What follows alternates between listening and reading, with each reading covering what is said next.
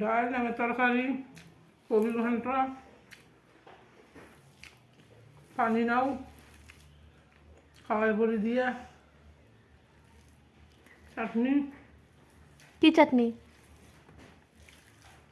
পুদিনা, ধনিয়া।